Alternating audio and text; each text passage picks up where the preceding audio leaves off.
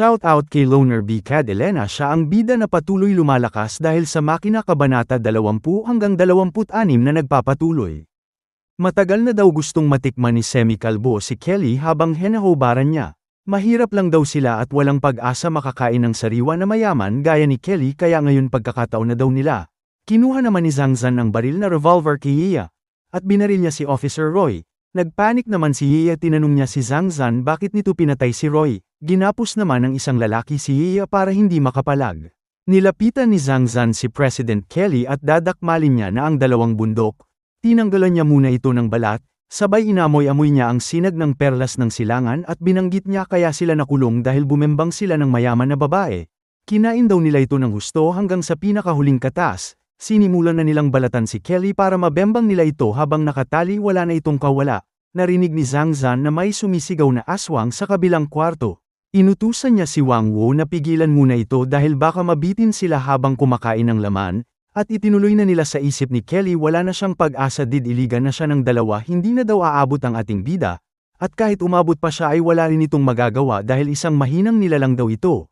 At didilaan na ni Zhang Zhan ang maputing katas ng katawan ni Kelly. Saktong dating naman ng ating bida, sinaksak niya ang buntis na aswang, naputol tuloy ang libog ng dalawa. Sinabi ni Liu Ping sa wakas daw nakita niya na si Kelly, at namangha ito sa kanya habang si Zhang Zhan ay nanginig sa takot. Hindi nagastuhan ng ating bida ang nakita niyang panghaalay, agad niyang sinapak si Semi Calvo at inagaw si Kelly dito.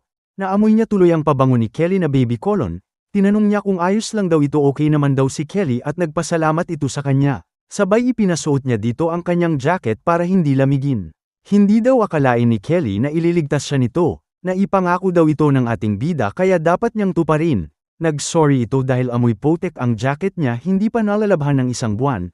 Nagpasalamat si Kelly, okay na daw ito kaysa sa wala.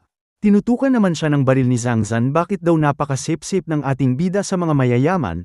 Bigla naman ginamit ni Liu Ping ang mahiwagang guwantes, sabay na bitawan ni Zhang Zhan ang baril. Nilusob niya ito at sinaksak sa katawan. Sinabi nito na kahit mahirap lang siya ay lumalaban siya ng patas, magkaiba daw sila. Biglang dumating ang halimaw na aswang galing sa likod at hinawakan nito ang ulo ni Zhang Zhan na humihingi ng tulong. Nagpupumiglas na pakawalan daw siya. Pinapanood ni Liu Ping ang naghihirap na si Zhang Zhan sa kamay ng halimaw na aswang. Nagtatawag na ito ng saklolo, at pinisa na ng halimaw na aswang ang ulo nito. Napanganga na lang yung iba sa nasaksihan nila. Binalaan siya ng system na tumakbo na hanggat may pagkakataon. Naiinis si Liu Ping dahil hinabol siya ng halimaw na aswang hanggang dito. Hinabol daw sila ng halimaw na aswang sa Mall of Asia dahil ayaw silang tantanan nito. Nagpahabol mag-isa si Liu Ping. Pinahaba nito ang mga galamay para umataki. Tinamaan sa dibdib si Yia at isang lalaki. Hindi na tumakbo at pinaghandaan na lang ito ng ating bida. Huwag daw siyang mamaliitin nito, sabay nagliyab ang bunganga niya.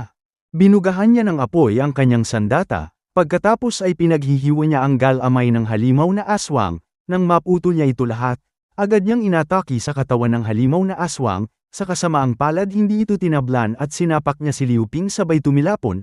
Napahinto siya sa pag-atras at napaubo. Tinanong siya ni Kelly kung ayos lang siya. Nagpanggap na okay lang siya pero ang totoo muntikan na siyang mapuruhan sa dibdib, buti na lang nasalag niya ang suntok gamit ang sandata. Lumapit sa kanya ang halimaw na aswang at nagulat sila ng sabay. Dahil may biglang sumulpot na sasakyan at binangga ang halimaw na aswang, tuluyan itong sinag-asahan ng halimaw na aswang. Tinanong ng driver kung ano yung nabangga nila. Isang ulo daw saad ni Virus, at hindi rin daw inaasahan ni Liu Ping na magkikita silang muli at nakita na rin nila sa wakas ang target nila. Tinanong ni Kelly kung kilala siya ni Virus. Sumagot ito na inutusan daw sila ng magiging asawa nito na si Zheng Changsan kaya sumunod daw siya. Ano naman daw ang binabalak nito, bakit may pasundo-sundo pang nalalaman saad ni Kelly? Sinagot ito ni Virus na libog daw ang magiging asawa nito, kailangan nitong makabembang. Pumasok naman sa isip ng ating bida na kapag sumama si Kelly sa kanila ay hindi na makukumpleto ang misyon niya kay system. Tinapat niya si Kelly dahil may ibubulong siya dito. Sa kasamaang palad, iba ang nahawakan niya ang malaking didi ni Kelly, sabay pinisil ito. Humingi siya ng sorry dahil hindi niya ito sinasadya.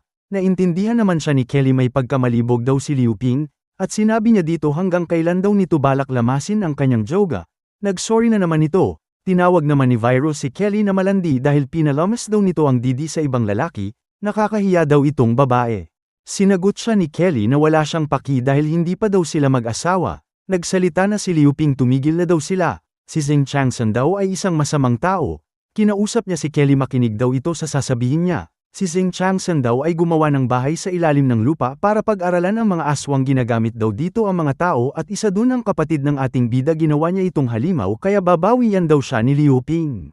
Sa isip ni Kelly, kasama sa pagmamay-ari niya ang ginamit na hospital ni Zeng Changsan para sa pag-eksperimento ng taong aswang. Ang ipinagtataka niya ay kung saan na nagtatago si Zeng Changsan, baka daw gagamitin lang siya nito. Kaya naniniwala na siya sa ating bida na nagbuwis buhay galing sa malayo para iligtas siya. Tinanong ni Virus kung nakapagpas siya na ito, sumagot ito na naniniwala siya sa ating bida na dumating para iligtas siya. Saka na daw magbabago isip niya kung si Zeng Changsan na dumating. Nagalit tuloy si Virus, palagi daw siyang minamalas at nasa sarapan dahil kay Liu Ping, sabay gumalaw ang halimaw na aswang, binuhat nito ang sasakyan. Hindi daw ito maganda, sabi ng bata ni Virus. Lumapit na ito kay Virus, sinisi naman ni Virus ang ating bida dahil ipinayan siya nito sa halimaw na aswang. Nagsabi na lang si Liu Ping na sila ang bumangga dito, sabay naging matigas ang kamay na naputol sa halimaw na aswang. Nagtaka tuloy ang ating bida, saad naman ni System. Nagsimula itong magbago ulit para lumakas pa lalo. Hinawakan ni Liu Ping sa kamay si Kelly at iniwan nila sa area ang grupo ni Virus. Babanatan na sila ng halimaw na aswang. Napalingon na lang ang dalawa sa likod nila ay sumabog habang naka-hold ang hands. Tinawagan ni Liu Ping si Li Xin sa messenger kung nasaan na ito. Sumagot ito, nasa gitna ng ikalawang palapag sila ng Mall of Asia. Inuubos nila ang mga aswang dito. Kinumusta naman ang ating bida? Sinabi ni Liu Ping nasa kamay niya na si Kelly at hinahabol sila ng halimaw na aswang. Baka may paraan daw para mapuksa ito. Para daw mapatay ito kailangan nilang bitagin, at may naiisip na siyang paraan. Pumunta daw ang ating bida sa ikalawang palapag, doon nila gagawin ang bitag. Pagbukas nila ng pinto, bumungad sa harap nila ang grupo ng maraming aswang. Sa isip ng ating bida, napakaraming aswang, hindi niya daw ito kakayanin. Hindi daw ito maganda, saad ni Kelly. Kailangan na siguro sumuko ng ating bida, at naalala niya ang kanyang pinakamamahal na kapatid na si Sintong. Bigla siyang natauhan. Sinabi sa kanya ni Kelly na bumalik na lang sila dahil masyadong maraming aswang. Hindi daw babalik ang ating bida, never, dahil sa likod niya ay ang kanyang kapatid na kailangan niyang gamutin at ang paraan lang ay tapusin niya ang misyon. Kinuha niya yung isang trolley, tapos bigla niyang hinawakan si Kelly.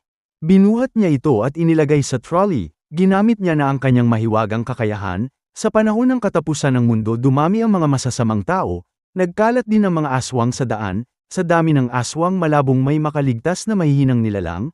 Dumating na ang sandata, ang lakas ng pamahalaan. Nagsimula na silang magpaputok laban sa mga aswang. Nagtagumpay sila sa pagpuksa sa target nilang grupo ng mga aswang, at walang nalagas sa hanay ng mga sundalo. Tinapos na daw ang laban at ang mga kasundaluhan ay pumasok na sa lugar. Nagsumbong sila kay Commander. Tapos na ang laban, sa sekretong base militar.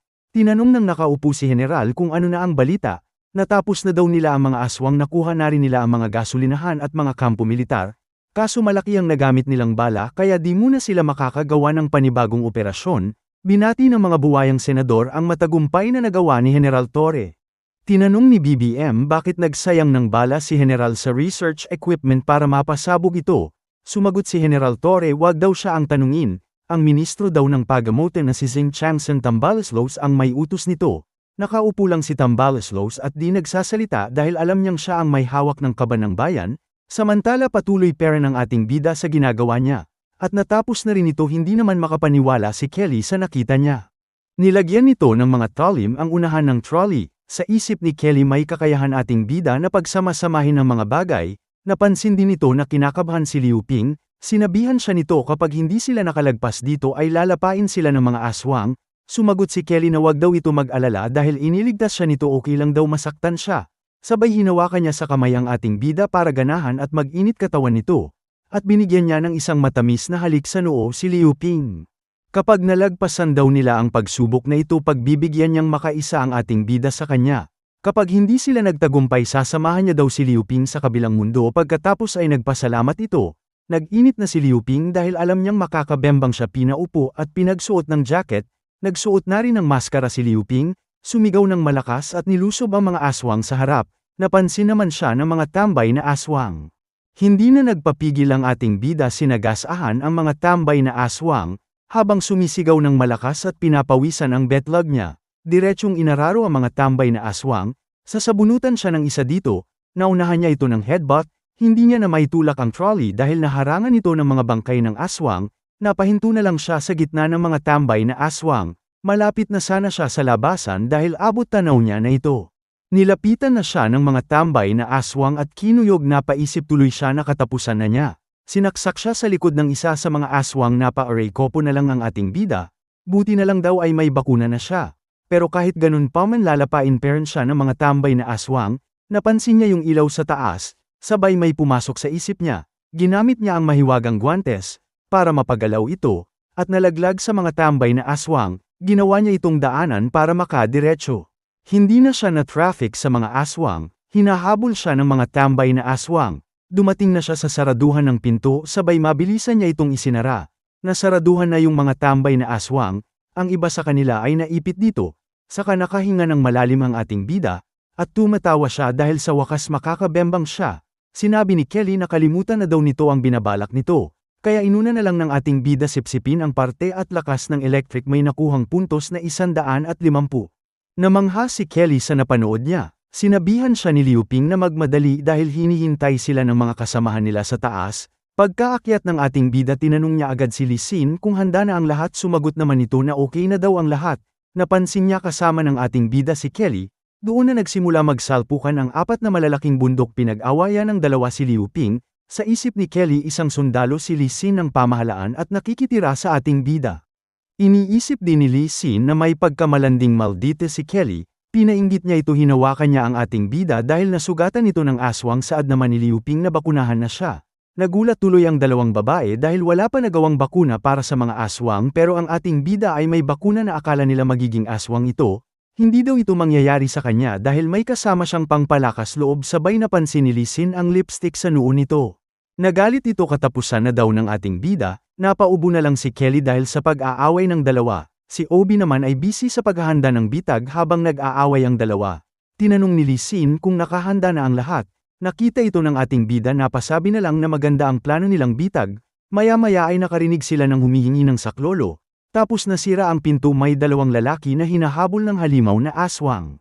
Pinaalis ni Liu Ping ang dalawang babae dahil ililigtas niya ang dalawang lalaki. Aabutan na sila ng halimaw na aswang. Buti na lang dumating ang ating bida at hinarap ang nagwawalang aswang.